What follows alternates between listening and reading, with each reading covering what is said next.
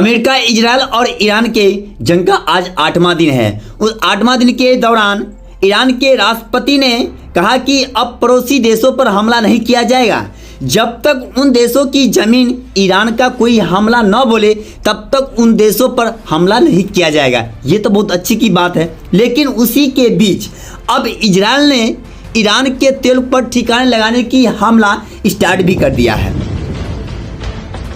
वहीं पर ईरान ने मीडिया के मुताबिक 30 फ्यूल टैंक का जो ऑयल है उसको तहस नहस कर दिया है।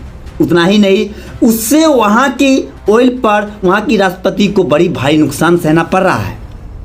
अब उसी के बीच अमेरिका के राष्ट्रपति डोनाल्ड ट्रंप ने जंग छेड़ दिया है। अब जंग छेड़ने के दौरान क्या कहता है उसके बारे में जानते हैं।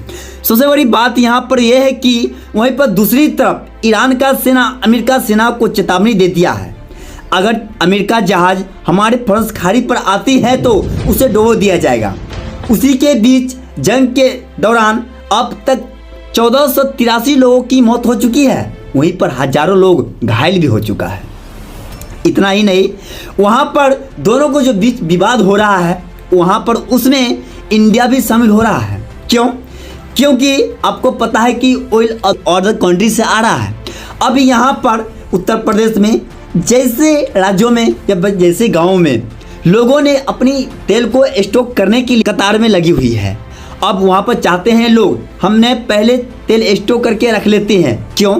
क्योंकि अगर तेल जहाँ से आता है वहाँ से अगर आना बंद हो जाएगा तो भारत में आकर वही तेल को पैसा ज़्यादा देना पड़ेगा।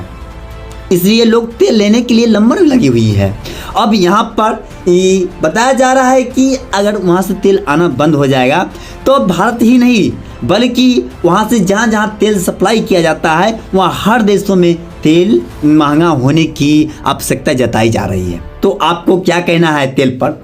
उसके अलावा अगर इसी तरीके से कंटिन्यू अमेरिका, इजराइल, ईरान में जंग कंटिन्यू रहे तो वहाँ पर अदर स्टेट भी आ सकता है। क्यों?